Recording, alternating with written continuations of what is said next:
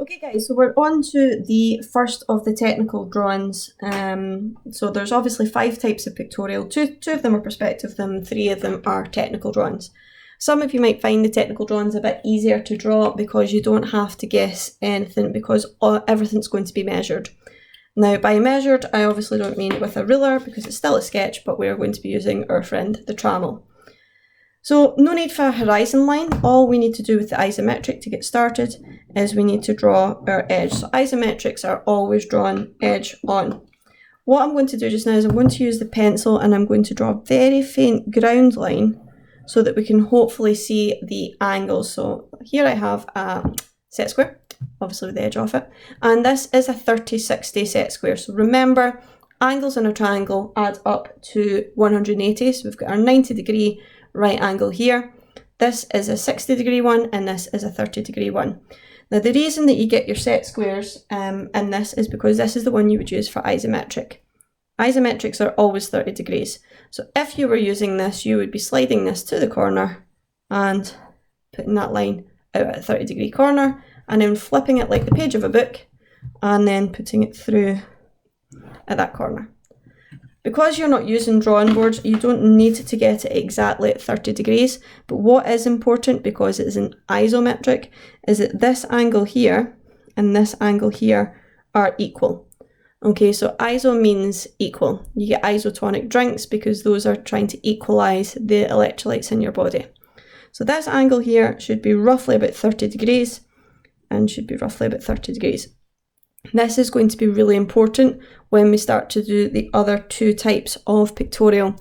So when you are trying to identify it, you might have thought that this looks like it's a right angle, but we know angles in a straight line add up to 180. This is actually 120 degrees here. It's not a right angle, okay?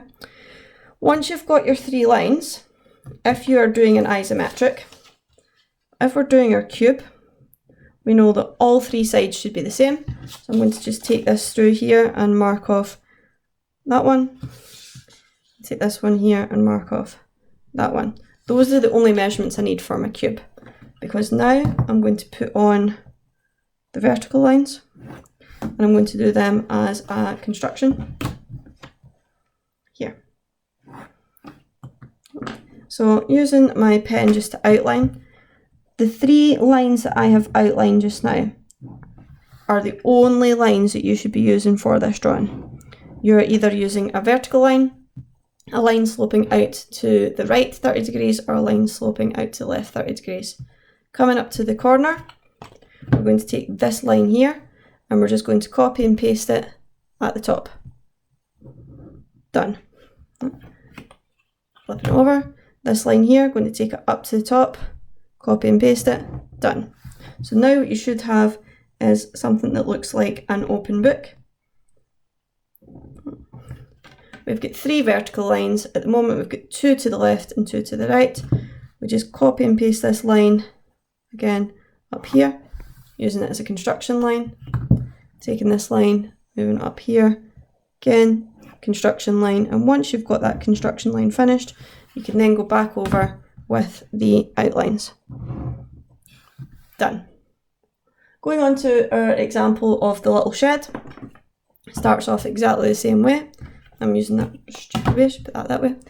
Going to start off with the edge of our shed and I will put that right there. So this is where you can start to use your trammel a bit more accurately than with the perspective drawings.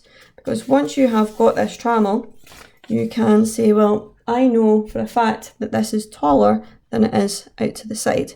So that is too big. So once I've done this corner, I'm going to make a big line that way. Taking that trammel, it can't be as big as that. It was that and then in a wee bit. So let's go for about there. Put that line up. And then I can copy and paste the top of that there. So just darkening down my end elevation here.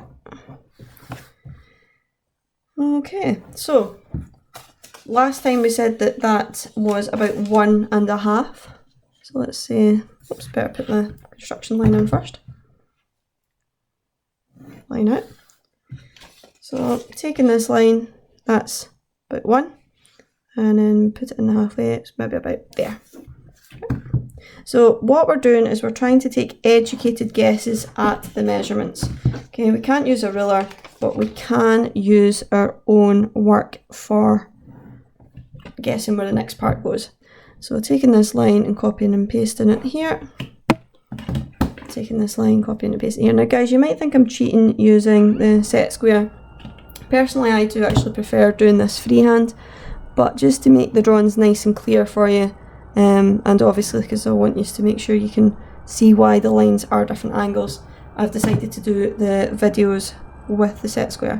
When it comes to doing the actual practice, I'll show you me doing them freehand and the sort of calibre we're looking for nat 5 and for higher.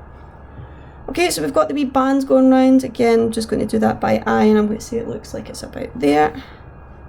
And to draw that line, again, it has to be parallel. It's a technical drawing, so the next 3 drawings we're doing, none of these lines should ever meet.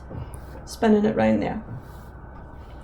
Okay, so we know that this is a square, so we're going to take this part here and make sure that when we measure this, let's put that one there, that one there.